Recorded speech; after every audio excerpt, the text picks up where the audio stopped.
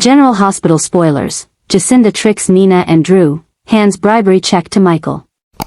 General Hospital, GH, spoilers hint that Jacinda Bracken, Paige Herschel, will trick Nina Reeves, Cynthia Watrous, and Drew Kane, Cameron Matheson, before handing a bribery check to Michael Corinthos, Rory Gibson. In the October 28th episode, Nina wasn't happy about Michael pressuring her to hire Jacinda as her new assistant at Crimson. Although Nina eventually caved in with a little nudge from Ava Jerome, Maura West, she shifted gears once she was alone with Jacinda. Nina assumed Michael must be paying Jacinda to be his alibi, so she gloated about her own wealth as she went digging for her checkbook. Since Nina's willing to pay pretty much anything to help exonerate Willow Tate, Caitlin McMullen, she thinks she's got the upper hand. In fact, Nina will seem quite smug on the October 29th episode when she goes to Drew with updates and insists Jacinda isn't Michael's alibi anymore. It sounds like Nina will pat herself on the back for taking care of the Jacinda problem, but things won't be quite that simple. In GH's preview video for the week of October 27th to 31st, Jacinda's hand can be seen sliding a check across the table. The man she's sliding that check to appears to be Michael, so it looks like Jacinda will pass quite the loyalty test. Nina may be in for a rude awakening once Jacinda gives Michael that bribery check instead of going along with what Nina wants. Jacinda might suggest she could tell the police about this bribe and make more waves for Willow as well as Nina. Ava already warned Nina not to do anything else that could backfire on Willow, but Nina may have done even more damage.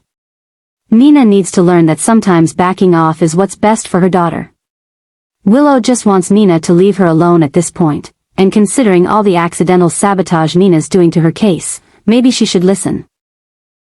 General Hospital spoilers say Nina could create another tight spot for herself along with Willow, so stay tuned for any alarming news to come.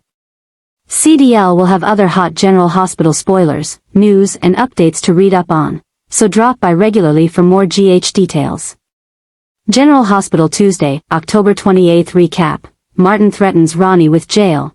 Carly arranges Valentine's prison transfer. General Hospital, GH, recap for Tuesday, October 28th, reveals that Martin Gray, Michael E. Knight, threatened Veronica, Ronnie Bard, Erica Slazak, with jail time. Carly Spencer, Laura Wright, also arranged Valentine Cassidy's, James Patrick Stewart, so here's how all Tuesday's drama went down. At Jordan Ashford's, Tanisha Harper, place, she revealed that Portia Robinson's, Brooke Kerr, pregnancy was the reason she couldn't be with Curtis Ashford, Donnell Turner. Jordan explained how she connected the dots, so Curtis was grateful to her for spilling the baby news and dashed off to find Portia. At Isaiah Gannon's, saw Andy Wilson, cabin, he handed Portia a glass of wine and left her looking uncomfortable. Isaiah and Portia landed in bed together, but he got called to the hospital and left the cabin key with her while she waited on him. Once Isaiah made it to GH, Curtis ran into the dock while he was there on his Portia search.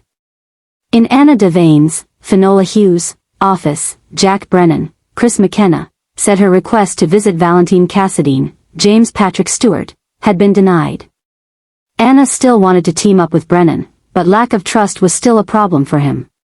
That said, Brennan did offer up a little info from Valentine since this was indeed a Faison-related project and there was a connection to Jen Sidwell, Carlo Rhoda. At the Metro Court, Jason Morgan, Steve Burton, confronted Carly since she'd been avoiding him. Carly downplayed that idea before facing Jason's questions about why she hadn't spilled anything to Jocelyn Jacks, Eden McCoy, or Brennan. After Carly pointed out that Jason told her not to, he was skeptical that Carly would actually listen to him. Carly ultimately claimed that Joss wouldn't listen to her either and suggested she'd just end up driving her daughter away.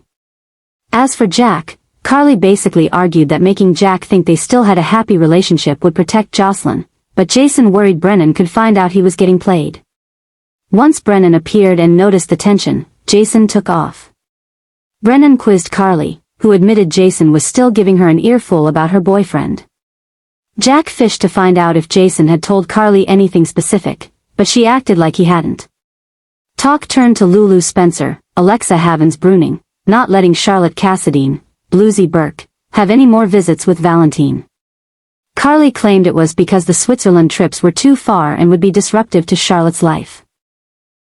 However, Carly suggested there was an easy fix that would allow more Charlotte visits so Brennan could pry more info out of Valentine. All Brennan had to do was get Valentine transferred to a WSB prison closer to home. Meanwhile, Jason showed up in Anna's office and insisted they had to get Jocelyn out of the WSB. Anna didn't view that as a possibility, but she did think they could perhaps make sure Jocelyn worked under someone else who didn't give her such dangerous missions. Anna also gave Jason updates on what she'd learned from Brennan about Sidwell's link to Faison's project. Back at the Metro Court, Ned Quartermaine, Wally Kurth, and Olivia Quartermaine, Lisa Lo-Cicero, talked to Tracy Quartermaine, Jane Elliott, about making peace with Ronnie, but Tracy refused at first. Nevertheless, Ned convinced Tracy that she should at least pretend to make peace so she could get back under the Quartermaine roof. Michael Corinthos, Rory Gibson, eventually joined the table and agreed, but first he took Jacinda Bracken, Paige Herschel, to Crimson. Outside Nina Reeves, Cynthia Watrous, door, Jacinda.